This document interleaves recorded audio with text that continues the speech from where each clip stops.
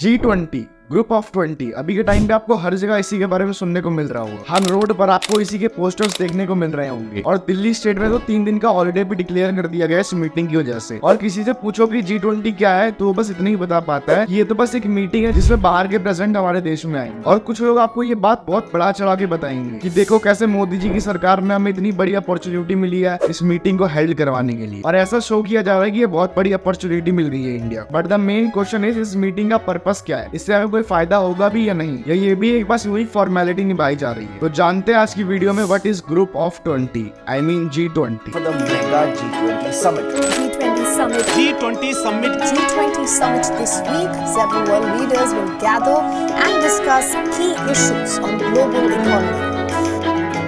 जुलाई 1997 में Asian financial crisis आता है जो शुरू होता है थाईलैंड से। इस क्राइसिस में थाईलैंड की सरकार जानबूझ के अपने करेंसी की वैल्यू गिरा देती है, ये सोचकर कि बाहर की कंपनी से ज्यादा इन्वेस्टमेंट आई, ज्यादा बिजनेसेस स्टैब्लिश होंगे। और यही सेम पॉलिसी बाकी एशियन देश भी अपना लेते हैं, जैसे इंडोनेशिया, साउथ कोरिया एटसेट्रा, ये सोचकर कि इनकी भी इकोनॉमी ग्रो। बट होता है इसका एग्जैक्ट अपोजिट। कुछ ही टाइम के अंदर थाईलैंड की पूरी इकोनॉमी क्रैश हो जाती है, जिसके बाद एक एक करके बहुत सी एशियन देशों की इकोनॉमी गिर जाती है। और इससे बल्कि न सिर्फ उन देशों को नुकसान हुआ बल्कि वर्ल्ड वाइड एक रिसेशन आ गया। ऐसी सिचुएशन दोबारा ना आए इसलिए 1999 में दुनिया की 20 लार्जेस्ट इकोनॉमीज G20 को स्टैब्लिश करती हैं। इस ग्रुप को स्टैब्लिश करने का पर्पस था कि वर्ल्ड इकोनॉमी को सुधारा जाए और जितनी भी दिक्कतें इन देशों में आ रही है उन पर डिस्कशन करके सोल्यूशन निकाला जाए। G20 का कोई ऑफिशियल एडमिनिस्ट्रेटिव ऑफिस नहीं है, जैसे पुलिस के लिए पुलिस स्टेशन है, जज के लिए कोर्ट है, लेकिन G20 के साथ ऐसा नहीं है। इसका कोई एक ऑफिस ना होने की वजह से ये हर साल अलग अलग देशों में कंडक्ट होती है। इसका एक ट्रायोगा है, मतलब 3 देशों का समूह, जिसमें डिसाइड किया जाता है कि पास्ट में कौन से देश में मीटिंग हुई थी, प्रेजेंट में किस देश में मीटिंग हो रही है और फ्यूचर में किस देश में मीटिंग होगी। इस बार की ट्रायोगा में प्रेजेंट में इंडिया है, पास्ट में इंडोनेशिया थी और फ्यूचर में ब्राजील होगी। मतलब 2022 में इंडोनेशिया में मीटिंग हुई थी, 2023 में इंडिया में मीटिंग हो रही है और 2024 में ब्राजील में मीटिंग होगी। ये मीटिंग वर्ल्ड कराना कोई बहुत बड़ी अपॉर्चुनिटी नहीं है, ये बस प्रोसेस का एक पार्ट है जो G20 के हर देश को करना पड़ता है। अभी सबसे रिसेंट मीटिंग होने वाली है दिल्ली प्रगति मैदान की इस बिल्डिंग में, और इसी चीज की सेफ्टी के लिए दिल्ली में 3 दिन का हॉलिडे भी डिक्लेयर कर दिया गया। ईयर 2023 में करीब 200 मीटिंग G20 की हेल्ड होंगी ऑल ओवर इंडिया 50 सिटीज में। इस मीटिंग में इन 20 देशों के प्रेसिडेंट और प्राइम मिनिस्टर आएंगे और डिस्कस करेंगे ग्लोबल इश्यूज। जिस देश में भी मीटिंग करने की बारी आती है उस देश की एक थीम होती है जो एसोसिएट करती है कि वो देश किस टॉपिक पर डिस्कशन करेगा। लास्ट ईयर 2022 में इंडोनेशिया की थीम थी रिकवर टुगेदर रिकवर स्ट्रॉन्गर, जो पेंडेमिक के बाद हेल्थ केयर और इकोनॉमिकल ग्रोथ से एसोसिएटेड थी।